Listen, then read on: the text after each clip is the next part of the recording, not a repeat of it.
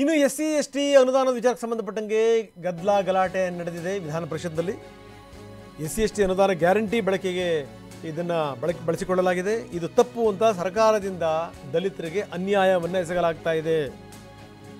ಪ್ರತಿಪಕ್ಷ ಸದಸ್ಯರು ಪರಿಷತ್ನಲ್ಲಿ ಪ್ರತಿಭಟನೆಯನ್ನು ಮಾಡಿದ್ದಾರೆ. ಛಲವಾದಿ ನಾರಾಯಣಸ್ವಾಮಿ ಇದಕ್ಕೆ ಸಂಬಂಧಪಟ್ಟಂಗೆ ಪ್ರಶ್ನೆ ಎತ್ತಿದ್ದಾರೆ. ದಲಿತರ ಮೂಲಕ ದಲಿತರ ಸಮಾಧಿ ಕಟ್ಟುವಂಥ ಕೆಲಸಗಳಾಗ್ತಾ ಇದೆ.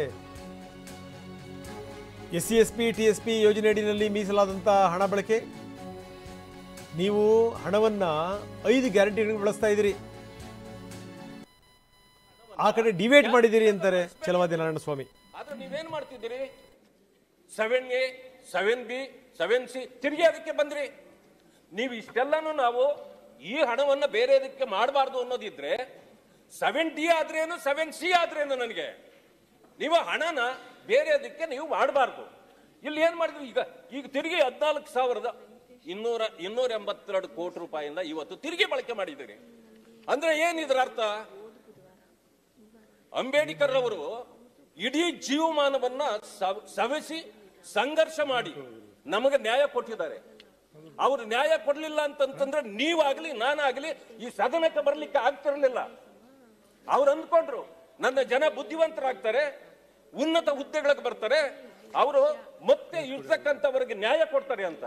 ಆದ್ರೆ ನೀವು ಬಂದು ಅನ್ಯಾಯವನ್ನೇ ಮಾಡ್ಲಿಕ್ಕೆ ಇಲ್ಲಿ ಕುಳಿತಿದ್ದೀರಿ. ನನಗೆ ನಾಚಿಕೆ ಆಗ್ತದೆ, ನಿಮಗೆ ಆಗ್ತದೋ ಇಲ್ಲ ಗೊತ್ತಿಲ್ಲ, ನನಗೆ ನಾಚಿಕೆ ಆಗ್ತದೆ. ನಾನು ಅಂದ್ಕೊಳ್ತೇನೆ ಈ ಕಾಯ್ದೆ ಬಗ್ಗೆ ಸರಿಯಾಗಿ ಅರ್ಥ ಮಾಡ್ಕೊಳ್ಳಿ. ತಪ್ಪು ಮಾಹಿತಿ ನಾಚಿಕೆ ಪಟ್ಟರೆ ಇದು ತಪ್ಪು ಮಾಹಿತಿ ಏನಾಗುತ್ತೆ? Let them tell the union government to bring in an amendment to the constitution. ಮಾನ್ಯ ಸಮಾಜ ಕಲ್ಯಾಣ ಸಚಿವರು ಹೇಳಿದ್ರು, ಯಾವುದೇ ಕಾರಣಕ್ಕೆ ಗ್ಯಾರಂಟಿಗಳಿಗೆ ಈ ಹಣವನ್ನ ಬಳಕೆ ಮಾಡೋದಿಲ್ಲ ಅಂತ ಹೇಳಿದ್ರು. ಆದರೆ ಕೊನೆಗೆ ಒಪ್ಕೊಂಡ್ರು 11,140 ಕೋಟಿ ರೂಪಾಯಿಗಳನ್ನ ನಾವು ಬಳಕೆ ಮಾಡಿದ್ದೇವೆ ಅಂತ. ಈ ಬಾರಿಯೂ ಕೂಡ ನಾನು ಕೇಳಿದ ಪ್ರಶ್ನೆಗೆ ಉತ್ತರ ಕೊಡ್ತಕ್ಕಂಥ ಸಂದರ್ಭದಲ್ಲಿ ಅವರು ಏನು ಹೇಳಿಲ್ಲ.